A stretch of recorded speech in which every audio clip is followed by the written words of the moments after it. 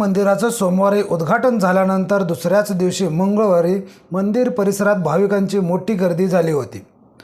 प्राणप्रतिष्ठेच्या दुसऱ्या दिवशी तब्बल लाखो भाविकांनी दर्शन घेतले। अयोध्येतून जे व्हिडिओ समोर आले त्यात चंगराचंगरीसारखी स्थिती निर्माण झाली होती। अयोध्येत सोमवारी रामलल्लाची प्राणप्रतिष्ठा झाली, त्यानंतर मंगळवारी मंदिर भाविकांसाठी अधिकृतपणे खुलं झालं। दर्शनासाठी मंदिर खुलं झाल्यानंतर पहिल्याच दिवशी मोठा रेकॉर्ड झाला। मोठ्या संख्येने भाविकांनी आपल्या आराध्य देवतेचं दर्शन घेतलं। काल प्रचंड गर्दी झाली होती। अयोध्येतून जे व्हिडिओ समोर आले त्यात चंगराचंगरीसारखी स्थिती निर्माण झाली होती। अयोध्येत भक्तांची गर्दी वाढत होती, त्यामुळे प्रशासनाला तात्काळ अयोध्येत वाहनबंदीचा निर्णय घ्यावा लागला।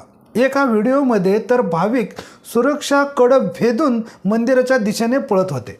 काही किरकोळ दुखापती झाल्या। मुख्यमंत्री योगी आदित्यनाथ यांनी लखनौमधूनच लाईव्ह स्ट्रीमच्या माध्यमातून परिस्थितीचा आढावा घेतला। मुख्यमंत्री योगी आदित्यनाथ यांनी आधी उच्च अधिकाऱ्यांना घटनास्थळी पाठवलं, त्यानंतर स्वतः तिथे जाऊन परिस्थितीचा आढावा घेतला।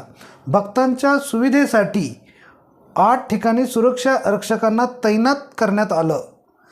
मंदिर खुलं झाल्यानंतर पहिल्याच दिवशी 5 लाख भाविकांनी रामलल्लाचं दर्शन घेतलं।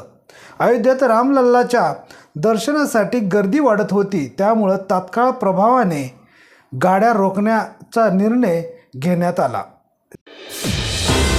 रणनीती न्यूज चॅनलला आजच सबस्क्राइब करा आणि रहा अपडेट।